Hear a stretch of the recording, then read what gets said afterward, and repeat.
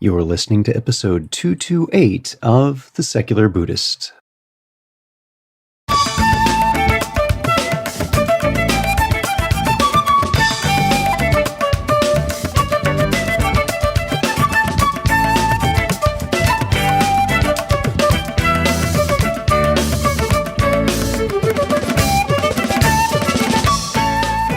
Welcome to The Secular Buddhist. I'm Ted Meissner. The Secular Buddhist is the official podcast of the Secular Buddhist Association, a grassroots-driven effort to answer the needs of secular teaching and practice for contemporary society. The podcast has interviews and roundtable discussions pertaining to engaged Buddhist training and practice, and the SBA website has show notes for each episode along with resource materials. Though the podcast focuses on core practices from a secular viewpoint, more traditional teachings are welcome and openly discussed. Music composer B.J. Leiderman joins us to speak about his meditation practice and the music world.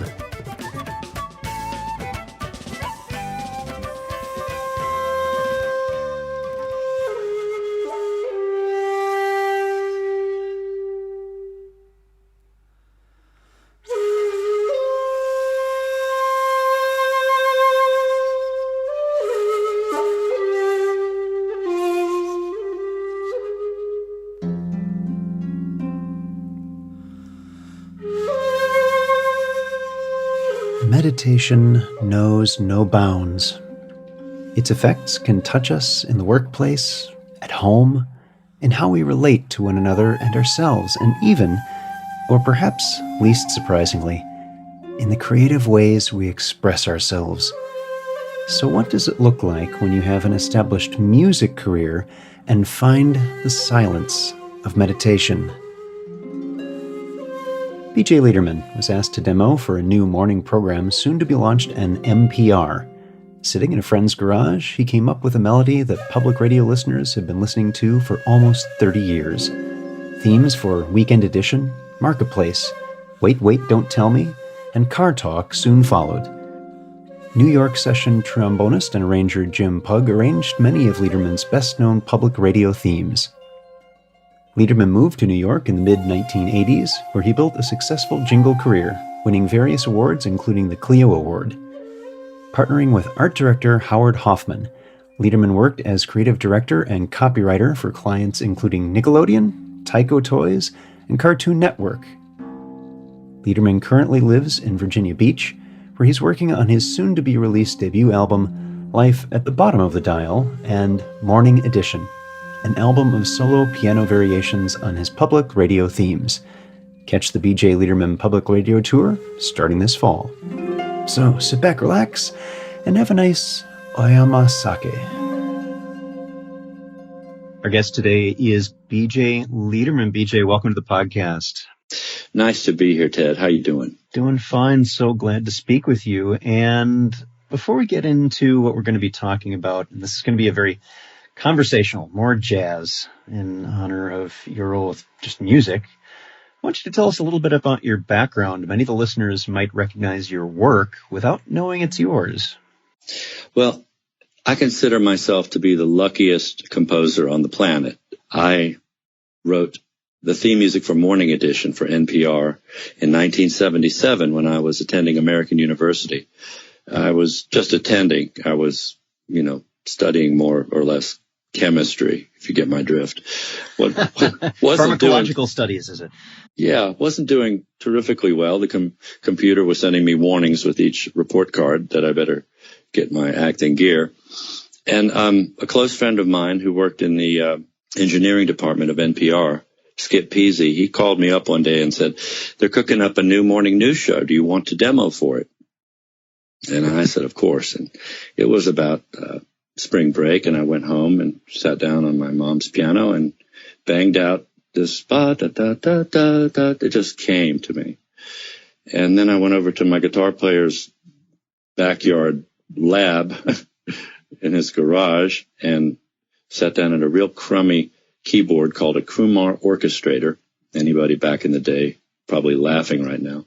It did a cheesy piano sound, a harpsichord sound, cheesy strings, bass, just a handful of sounds. And I recorded to, and here it is again, old folks, a 4-track reel-to-reel tape recorder. And I just put this thing down and mixed it down to cassette and gave it to Skip, and he gave it to Jim Russell, the producer, and he said, I love it. And the interesting thing that a lot of people don't know, if this didn't happen, I wouldn't be talking to you now.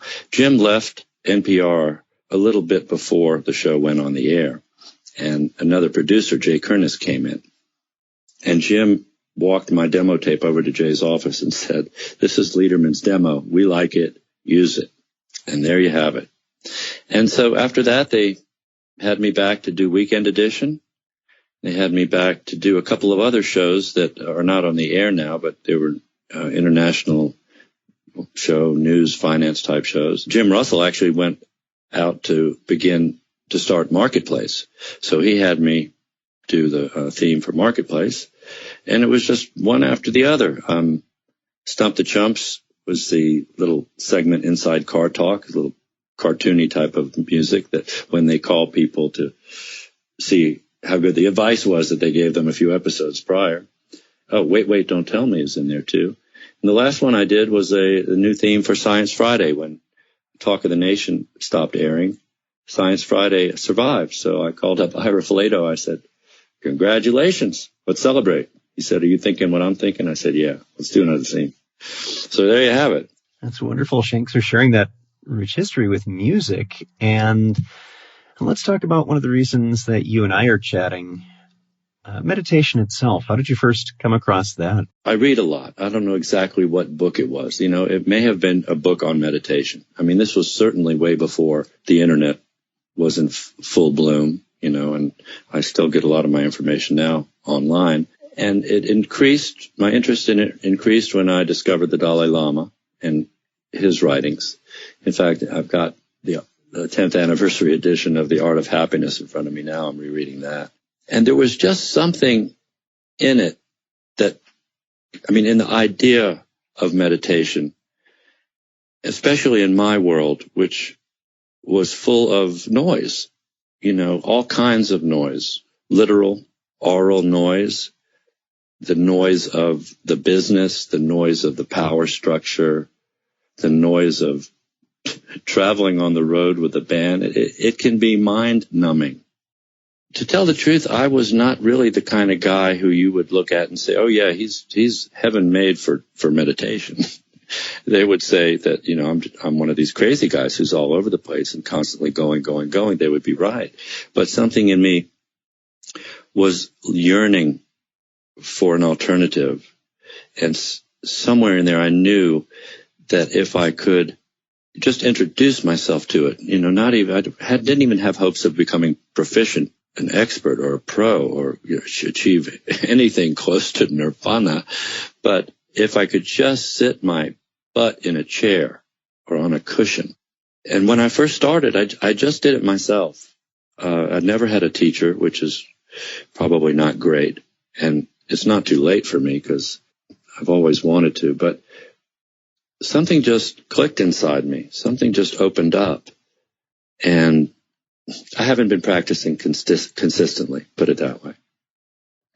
But when I do remind myself that, hey, you got to get back to it because you remember the immense change it made in your inner peace and psyche, then I do get back to it. And it's almost like I pick up where I last left off, and I can sit longer, go deeper, you know, get there quicker and stay there and not let my inner noise, the noise inside my head, distract me too much. So what are the changes that you've noticed since you've taken on the practice, however inconsistent it might have been? That's true for a lot of us, certainly it is for me. What kinds of changes have you noticed, especially around noise? Well, there is a tendency among humans, especially in my family, to want to fill all of the spaces, the silent spaces, with something. Music, with the TV always on to keep you company in the house, with talking. And once I discovered that I could peel away those things, especially in conversation, I've learned that when you're talking to somebody and they say something to you, it's not always necessary to automatically say something back. I mean, if you're face to face with them, your facial expression tells them that you're paying attention, you're listening, maybe you nod here and there. But so many conversations I have with so many people there's something mechanical about them, as if every time I say something, they have to say something that either puts what I just said into their own words, so they get across the idea to me that they're listening, that they understand what I'm saying. And yeah, I appreciate, they're wanting to do that, but there's something more, to me, more genuine about letting somebody know that you are listening by not saying anything in response to every single sentence that they say. Yeah, just receiving and really being heard by another is a very different thing than back and forth, back and forth, back and forth. And there's a second benefit to that. It also allows you to process what they're saying in a deeper, more meaningful way. You don't have to be thinking of what you're going to say next. So many people are caught up in that. I'm sure people listening have friends or a friend where when they're talking to them, just by looking at their face, they can tell that they're not listening with all they've got. They're thinking of what it is they're going to say next and can't wait to jump in the first millisecond that they can. Yeah, it's interesting that there are very specific ways in which we can practice getting out of that. Gregory Kramer's insight dialogue process, for example, being a really good example of how we can kind of put the brakes on, putting our template over someone else's words before they've even finished saying them, and just receive. BJ, have you noticed that having a contemplative practice, has that changed your relationship to the music at all? Oh, yes, it has in a couple of ways, both live when I play live and when I'm in the studio recording and when I'm writing, actually. But there's something I noticed that I've been doing lately when I'm on stage playing in front of an audience, and that is before I count the song in, after I've, introduced it, I'll take a moment and look out on the crowd and sort of just scan the crowd and connect with them visually, a little smile on my face. Sometimes I hear a titter in the crowd. They don't know exactly what it is I'm doing. But I'm sort of just taking a step to make myself aware that I'm there on this stage playing, a beautiful stage, say at the White Horse in Black Mountain, where the sound is gorgeous and you're there and the crowd knows they're there to hear music. So often when you play, you just get into this robot-like state where you get on stage after they announce you, and the next thing you know, you're getting off stage.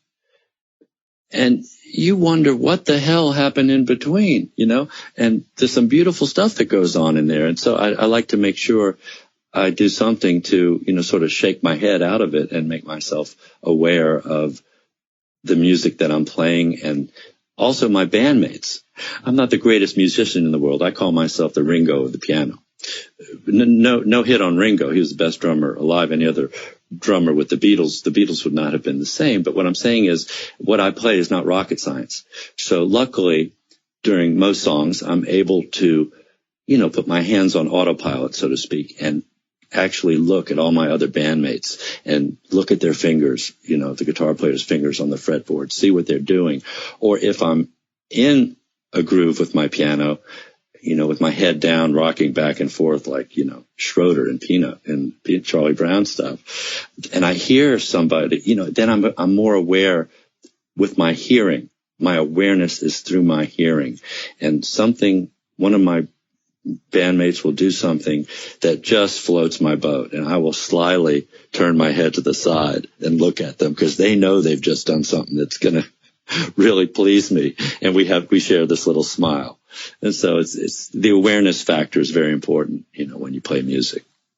And what are some of the things that you're running into, maybe as difficulties or challenges with your contemplative practice, maybe in integrating that into the rest of your life, or is it all smooth sailing? What's happening? No, it's definitely not smooth sailing. In addition to trying to manage my own career and trying to move it from one stage, which is the theme music notoriety that I have, to the second stage, which is I call my Hail Mary pass to my second career, which is my singer-songwriter stuff, putting an album out soon, my first album, and there's a lot going on there. So first of all, it's finding the time.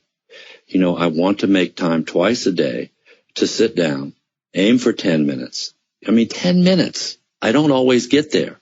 Sometimes, luckily, I realize that I've gone way past 10 minutes. But just the mechanics of my everyday life. And a couple of months ago, having moved from Black Mountain to a location closer to Asheville, downtown Asheville proper, the mechanics of that get in the way. When I was in Black Mountain, I was on the side of a mountain. It was quiet, and it was easier to sit down in most any room of the house and try to meditate.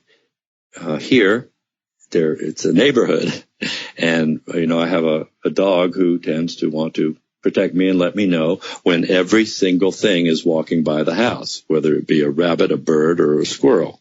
I have to work around Maisie for that. And then sometimes it's just me. Sometimes it's, okay, how does my body feel today? Is my low back giving me problems? Can I sit in a chair, or is this time to stand up and just do it standing? And then there's okay, it's not working. I'm doing it just like I normally do. What's happening today? It could be something that's so deep in my subconscious that's bothering me that I don't know what it is, but something's getting in the way. And what I'll do then, like I do when I'm mad at my computers or my devices, I walk away. Because if I don't walk away, I'm going to throw something. So I'll walk away and try it again. But it's definitely not smooth sailing. It's something I have to work at. And, truth be told, it's just like practicing the piano or practicing your songs.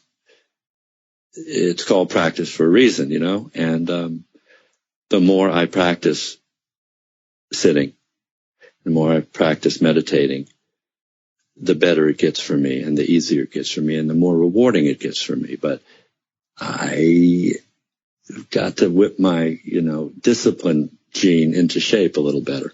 So you made some references to this earlier as we began our conversation, that you've made a transition from noise to quiet in some of your personal inclinations.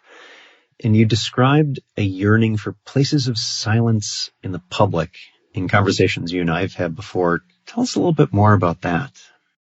Beside the, man-made noise, the mechanical noise that I believe just gets louder and louder as our communities get more crowded and as the machines, we make get louder, and there's more trucks and there's more jets, and the jets are louder than they used to be, and they seem to be always in the air above you. But it's funny because my point of view on this goes to the prevalence of music in public places. Okay? Music is my love. Music is what I do for a living. Music is, where I go often to enjoy myself. But you can hardly find a public place, except for a library. So far, they don't have music in libraries. Every place else, every restaurant in the world, it seems, every store, even before you get to the store, they pipe the music outside now, So, you're driving and, there's a nice, low-end boom box in the car next to me, and I can look over and appreciate what he's going through, but I don't necessarily think I need it right now as I'm sitting at that stoplight, especially when it's syncing against what I'm listening to. If I'm listening to music, there's the invasion of one another's spaces. And it got crazy. I guess it was a decade or so ago when they started, and this is going to make you laugh, I guess, that when they started syncing music to fireworks, or, doing fireworks shows synced to music, rather. That's a more accurate way of putting it. Now, I'm a purist, and to me, there's a certain Zen-like beauty to fireworks in and of themselves. Well, okay, but we could go and go to the conversation of the beauty of noise. There's something about fireworks shows that move me. Something about the visual and the sound. And I position myself as close to the launch site as possible. I'm right under them, But why the music? It's like it's usually out of sync anyway, and they try to do the 1812 overture usually, July 4th. And I played the 1812 overture in my Princess Anne High School marching band. We had a cannon we dragged along, and sure enough, we had to steel ourselves for that time. But you try it, if you're listening, just today sometime, when you go outside, just see how many places there are that basically music comes already added. You don't have to add music. It's there whether you like it or not. Yeah, I've been noticing that in some local restaurants here in Minnesota where I live, that there will be one particular music track that's playing at one restaurant, and then as you go outside, expecting that it would quiet down, no, they've got the speakers outside, and it's even louder, and as you walk down the, if it's a mall or something like that, then it kind of overlays with the next physical space of music and their different track for their different store series that they've got. It's almost a meandering soundtrack, isn't it? It's crazy. And it's gotten kind of evil, really. And I put evil in quotes, but they've got it down to a science. And at its broadest sense, they know that music keeps people in the store more, keeps them more relaxed, keeps them wanting to, walk around, or in case of a restaurant, which is crazy because in restaurants, they really want to get you out of there, free up the table. But in some stores, they've done the metrics and they know exactly what kind of music, what tempo that they should play to make you more susceptible to what they're selling, to put you in their space, their headspace, and make you want to buy that bathing suit because you're hearing music that slightly sounds like Hawaii. And wouldn't it be nice to vacation in Hawaii? I think I'd buy a bathing suit. Yeah, to me, it's interesting to shift our sound intake, our consumption, our sound nutriment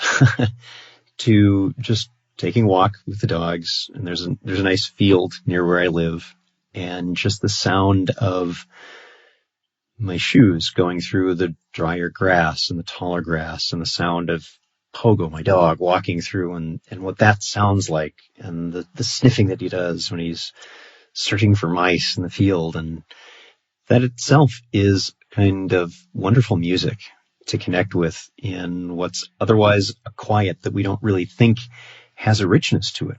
But it is there if we just tune into it for a few moments. Yeah, I know exactly what you mean, because since I moved, I'm very fortunate to have a field behind a church that is huge, and a field of, knee-tall colored wildflowers that they've mowed trails through, almost like a maze. And then if you go further enough back, it empties you into some woods with more trails.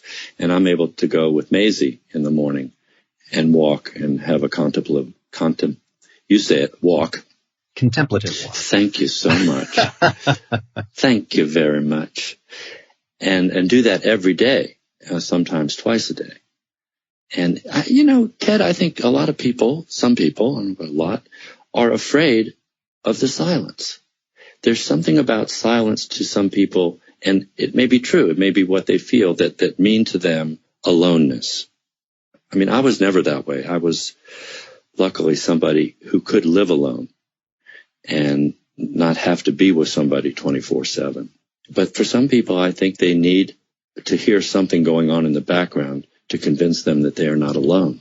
Yeah, it's an interesting way to put it. That may change over time, too, because I also needed, if we rephrase that, thought I needed to have some sound. And I didn't really know why. And then over time, shifting that into an appreciation for the expansiveness of silence, that it wasn't constrictive and it wasn't lonely, it was fulfilling.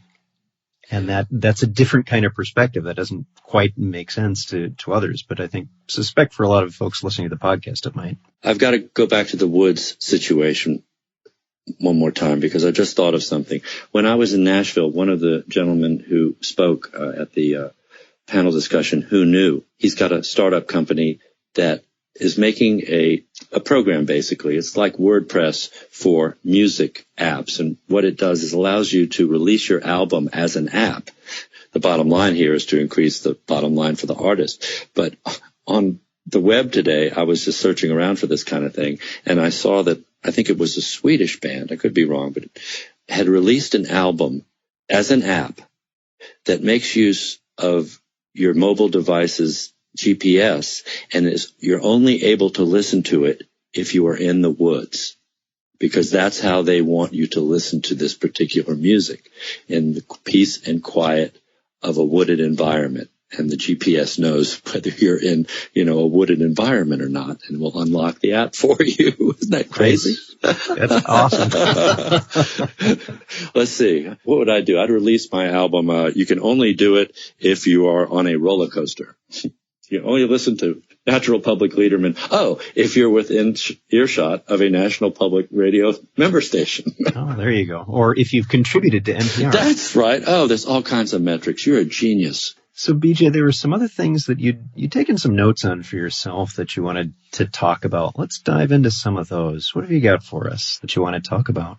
Well, one of the problems that I come across, whether I'm trying to sit down to meditate or not, is the noise inside my head. There was a button we used to wear in the 70s. Does the noise inside my head bother you? And I'm a special case. I mean, it's taken many, many years to become the certifiably insane person that B.J. Leiderman is. And so the noise inside my head that just serve as utter distractions through my day, whether I'm trying to sit down and meditate or not, first and foremost are these evil little earworms. And they're bits of songs or bits of jingles, either that I've written or that I've just heard or someone just whistled, and it just sets up in my head and it plays round and around and around, and I can't get rid of it. The only way to get rid of it is to turn on something and play another song, basically. And then you're stuck in hell because now you've got that playing around and around.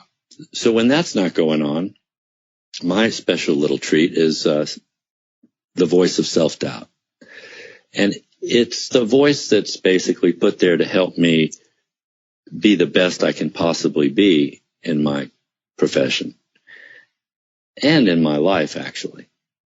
Because the reason I haven't put out an album until now is that I've been concentrating on A, enjoying my life, and B, trying to be a good person. To be good and to do some good in this world. To me, I discovered this while I lived in New York, and it was the discovery that turned a light on in my head that said, you've got to get out of New York because you need to put the quality of your life ahead of, this idiotic career you're chasing after. But the voice says to me, you're not good enough. You're just not good enough. You're not good enough. You got to do better.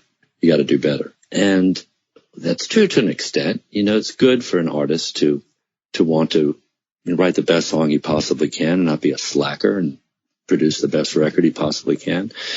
And it's good to, as a person, as a human being, to be aware of your fellow human being and what situation they may be in.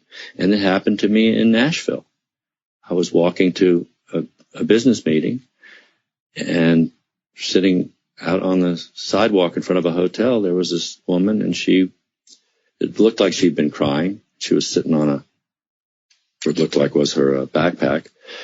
And, I thought it might be helpful if I asked her, could I help her out? Did she need, some money? What did she need? Just, first of all, just to stop. And so I did. And it turned out, she didn't want my money. And I took some time with her. And, we played 10 questions.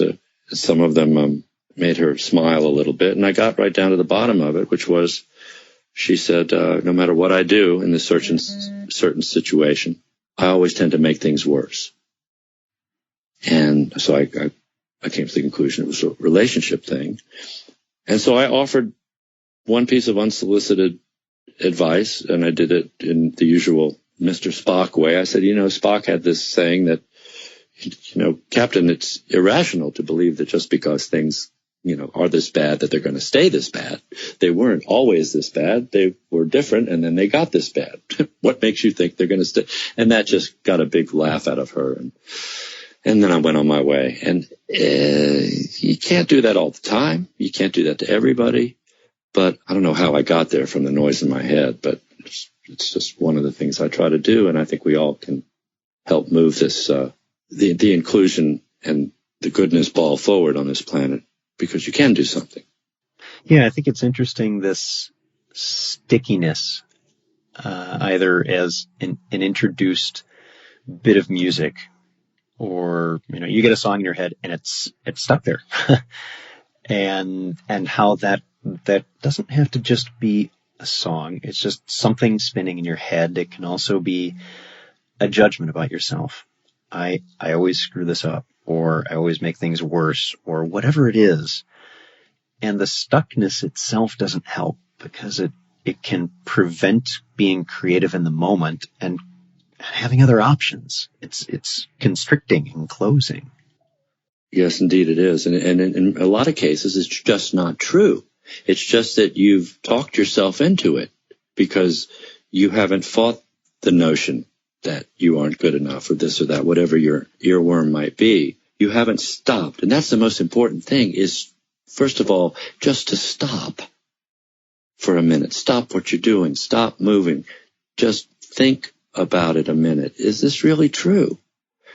Think about, haven't I done some good things? Haven't I been involved in some projects that were successful?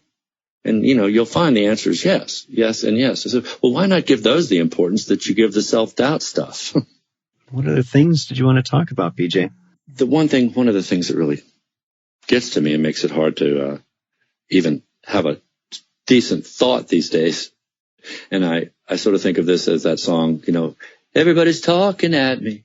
I can't hear a word they're saying. I am a very good listener, and I think because of that, I think good listeners tend to attract people who are good talkers. And my magic is that I'm such a good listener. Some of the people I attract are folks who talk incessantly. I use that as a jumping off point. And where I want to jump off to is the idea that it seems in the last decades, as the speed of communication has gotten faster and faster, that the art of conversation, the art of good communication, that to and fro that's important in a conversation, is practically gone. The art of listening and waiting for the proper time when the other person has obviously finished an entire thought. Sometimes I can't get a thought out before the other person is, either verbally confirming what I just said, or parsing it into different words and spitting it back at me, or just saying what they've been waiting seconds and seconds to say. When that happens, I've learned I have to actually back away. Once I give these people the idea that, especially for me, and I'm having this wonderful issue with Lyme disease that I've had for a few decades, but it's harder for me now to take in and process verbal information. It's as if my RAM doesn't know where to store the talking that's coming in on my hard drive, that kind of thing.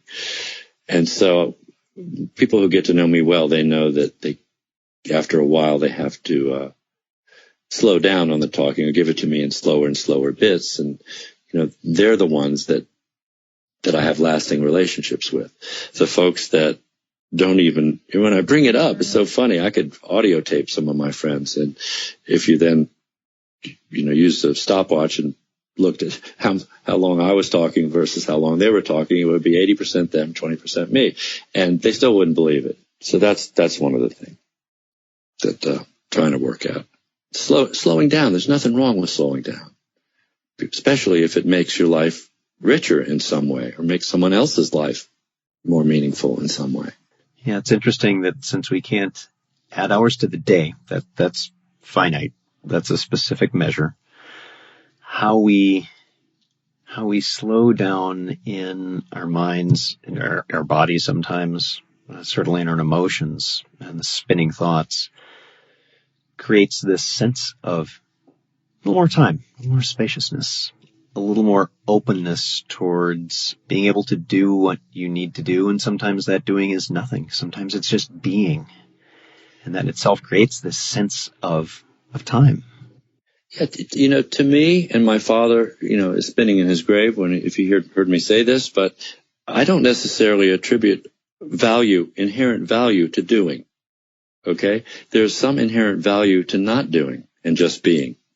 And sometimes there's more value if you figured out how to put on the brakes and use that not doing time to, let's say, anything, to recharge. Then you've done something positive for your life. Another thing that's really, it's just insane. It's gotten to me.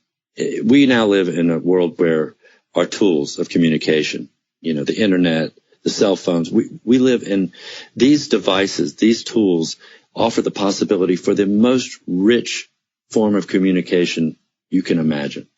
And instead, what we've got is the most fragmented communication, in today's society. And okay, maybe I'm blaming a certain demographic, that is known for walking and texting, or biking and texting, or driving and texting. You put anything there, going to the bathroom and texting. Tweets, every Meerkat, Periscope, I don't know what people are doing with that stuff, but instead of the richest community, you do have the phone, which is to me, but besides a video call or face-to-face, is the richest form of verbal communication. You can hear people's expressions, you can tell, ha, ha, ha, they're joking about this. But this certain demographic, they will text all day long, and they will text conversations with you all day long, but they will not pick up a phone call to save their lives. I don't have kids, but I have kids, the children of my ex-wife and ex-girlfriends and this, that, and the other, and we're family. And I'm just going, kids, I do not text conversations. You want to have a talk with me, you pick up the phone. And it just does. And, they'll text me, and I'll know they're there by their phone, and then I'll call them. Goes to voicemail. It drives me crazy. Well, they can't talk with you because they're driving, so they need a text. Oh, boy, if they only knew. If they only knew. What else do you want to share with the listeners, BJ? I would like to share my experience in being a clinically insane person. They just haven't found me yet. That from time to time, in earlier decades, basically was about to give up hope that things would get better for me, or that I would be able to actually enjoy and be appreciative for the things that I have in this life. That's the big thing that happened to me. And, the index card version of Buddhism when it comes to non-attachment, when I became one with the idea that I don't have to keep yearning for more and more and more, because when I get this, I'll just want more. When I get that, I will want more. The idea that I'll be happy if only I can keep this stasis, this much money, this house, that job. That got through to me. And suddenly those things weren't important to me anymore. And suddenly things like awards, I was so hung up on awards. Okay, I've had an Emmy and I've had some Clios in the advertising business and that kind of stuff. But BJ, when you've written a good song. You don't need anybody else to tell you it's good. When you've written a terrible song. Hopefully you don't put it out. But my life got so much less cluttered when I discovered that. Yeah, it's interesting that we keep reaching and striving, and even as we attain these things, we sometimes find that they're hollow and maybe not quite what we were expecting. And on the plus side of it, I find that somehow, suddenly, I am more appreciative than ever for the things I do have. I don't need a whole lot of stuff.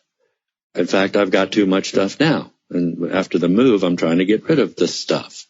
But I'm appreciative I never used to do this kind of stuff, but before meals, whether it's at home or at a restaurant, I'll pick up my plate and raise it up in front of me for a few seconds and close my eyes and just give thanks. And no, I'm the person who doesn't quite know who he's giving thanks to, or what he's giving thanks to. And that's all right for me right now. But it makes my life a lot richer that I am at a phase in my life where I do give thanks, because I think I spent most of my life taking most everything for granted, like I was entitled to it. And I know now that, a lot of planets had to line up to make my life as beautiful as it is, and as rich and as friend-filled as it is. And there's something about the art of appreciation that just, blows your life from black and white into color. Awesome. Well, thank you, BJ. Our guest today, BJ Leiderman. You can find out more about his work on his website, which I'll be linking on the episode page for this episode, bjleiderman.com. That's BJLeiderman.com. Leiderman.com. BJ, thank you so much for being here. It's been a real pleasure being with you, Ted. Thank you.